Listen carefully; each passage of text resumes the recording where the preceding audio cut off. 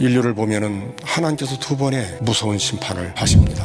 하나는 우리가 잘 아는 노아 홍수의 심판이고, 또 하나는 롯의 시대의 소돔 고모라를 불과 유황으로 심판한 심판입니다. 그 시대의 공통된 점이 한 가지가 있는데 타락이라는 것입니다. 오늘 본문을 잘 보시면 노아 홍수 때 심판하는 이유가 별거 없어요. 먹고 마시고 시집가고 장가갔다. 그런데 하나님이 그 시대를 심판합니다. 그리고 이렇게 말씀하셔요. 인자가 나타나는 날에도 이러하리라. 예수님 재림하시는 날, 그때에도 이런 현상이 있을 거라고 말씀해 주십니다. 그렇다면 노아 시대가 어떤 시대였길래 물로 심판을 내시며 인류를 멸하셨단 말인가? 창세기 6장 1절에 7절을 보면 등장하는 인물은 딱 둘이에요. 하나님의 아들들과 사람의 딸들이라고 말합니다. 그런데 하나님의 아들들이 뭘 하는가? 사람의 딸들의 아름다움을 보고 자기들이 좋아하는 모든 여자를 아내로 삼았다. 하나님께서 그걸 보고 이렇게 말씀하셔요. 여호와께서 이르시되 나의 영이 영원히 사람과 함께하지 아니하리니 이는 그들이 육신이 됨이라. 그러나 그들의 날은 120년이 되리라 하시니라. 육신이 됐다는 말이 무슨 말인 줄 아세요?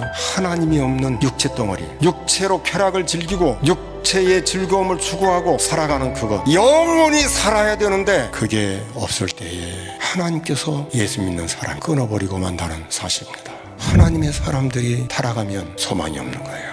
겉으로 볼 때는 예수를 믿지요. 겉으로 볼 때는 교회입니다. 그런데 속에 들어가 보면 교회가 없어요. 아무리 찾아서 들어가서 봐도 예수가 없는 거예요. 그런데 그런 시대에 노아 한 가정 하나님을 경외합니다. 하나님이 방주 지으라는 명령에 순종합니다. 그걸 지으려면 최소한 100년 가까이 되는 거예요. 그런데 그 8식구가 순종합니다.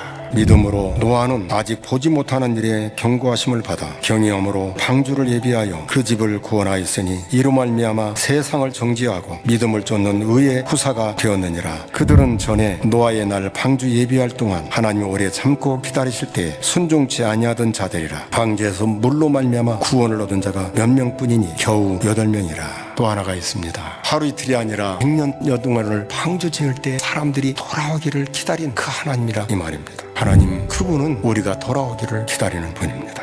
롯의 시대는 어때요? 소망이 없습니다. 인간이 타락하면 성적으로 제일 먼저 타락한다고 말씀을 드렸습니다. 성적으로 타락하면 그 인간은 비참하게 되고 그 가정은 파탄이 생기는 거예요. 문제는 노아 홍수 때 온 인류가 망했는데 노아 그 가족이 살았는데, 롯의 시대는 소돔과 고모라가 멸망하는데 롯의 가족이 살지 못했다는 사실이에요. 소돔 고모라가 멸망한다는 말을 듣고 아브라함이 그냥 있지를 않아요. 하나님께 가까이 갔다, 그렇게 말합니다.